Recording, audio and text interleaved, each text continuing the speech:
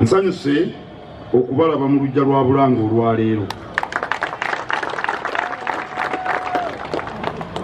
Nsanyukidde ddala, mbadde sibalaba ne ŋŋamba oba babadde ki, naye kasita mutuuse. Wano mu Bulange mu mbuga enkulu ey'Obwakabaka twaniriza abantu bonna abalina endowooza z'ebyobufuzi ez'enjawulo. Twaniriza abantu abagoberera eddiini ez'enjawulo. Twaniriza abantu ab'amawanga ag'enjawulo. Twaniriza abato, abavubuka n'abakadde. Wano twaniriza abantu bonna bwe baba bassa ekitiibwa mu Ssaabasajja Kabaka n'Obwakabaka bwa Buganda. Emabega ku katono awo nayaniriza abakulembeze b'e NRM. Leero twaniriza Honorable Kyagulanyi ne Nuupu. N'ab'ebibiina ebirala nabo bali mu kkubo era tujja kubaaniriza. Nkukulisa emisango egiwedde olwaleero ndobaki. Ebintu mu Uganda tusaana kubiyisa mu nkola y'amateeka.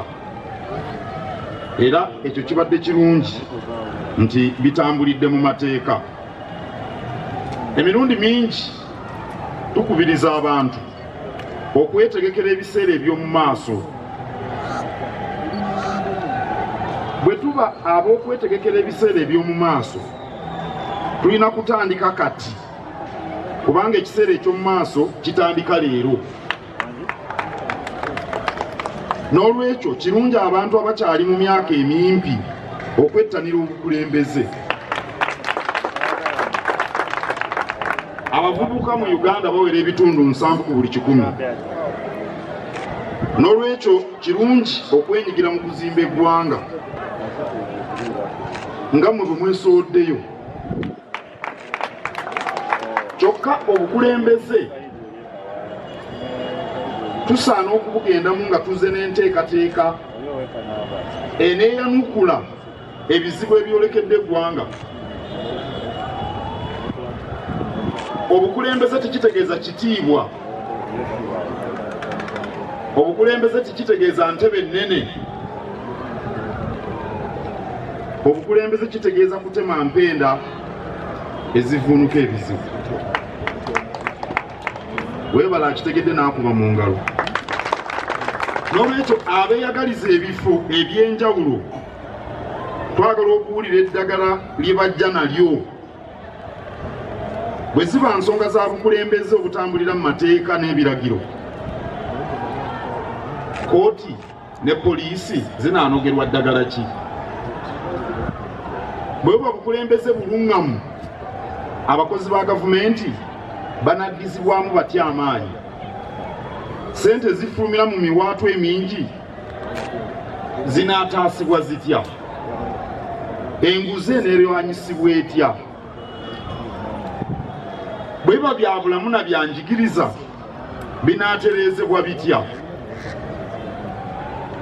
Bwe kuba kulwanyisa bwavu, abalimi n'abavubuka bagenda kukolebwa batya? Tunaatuusa tutya amazzi, amasannyalaze n'essimu mu buli kyalo? Njogedde ku ssimu kuba kati ensi etambulira ku mutimbagano. Omutimbagano guyita mu ssimu. Ensonga za Buganda Ssemasonga 5 munaazikwata mutya?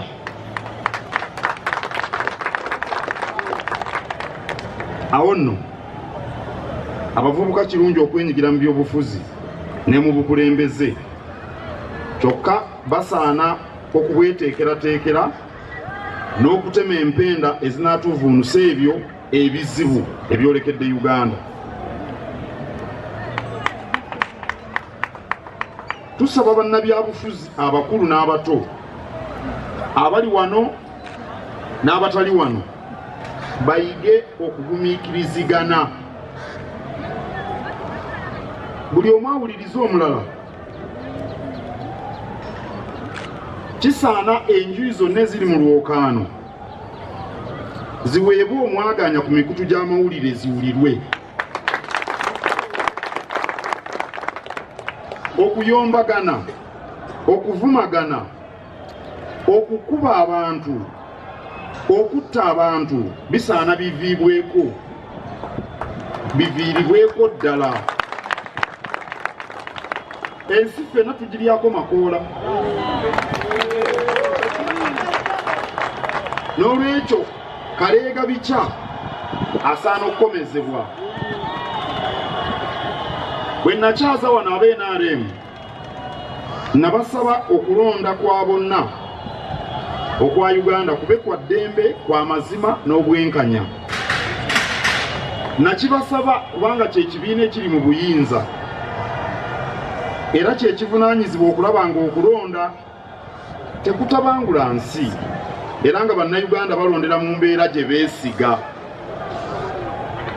Abantu bwe beetaba mu kalulu akalimu eddembe, amazima n'obwenkanya, ebikavaamu babikkiriza, awo ensi n'eva ku byobufuzi nedda ku biyamba omuntu wa bulijjo.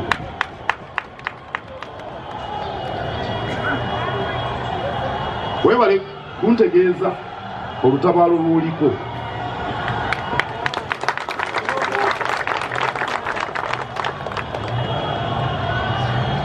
Kaakati nno benga Obwakabaka abantu ab'enjawulo bajja ne bantegeeza olutabaalo.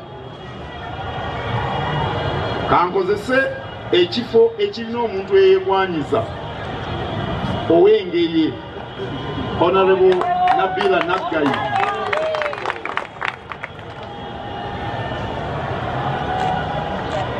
Lord Mayor Erias Lukwago yajja ewange n'antegeeza nti no naye ayagala kuddamu ku bwa Lord Mayor oyo we FDC Munankobaza Mbogo ate yeddira Nkima.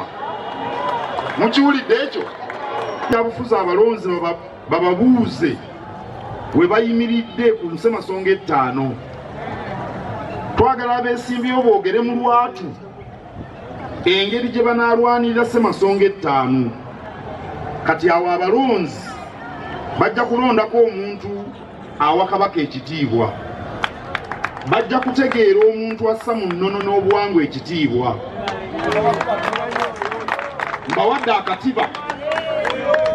akatiba ke muba mukozesa nga mulonda abantu,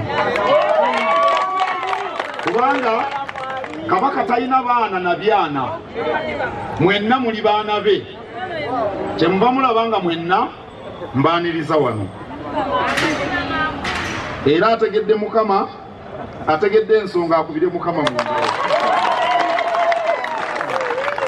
Njagala kwogera ebigambo bino mu Luzungu waleme anta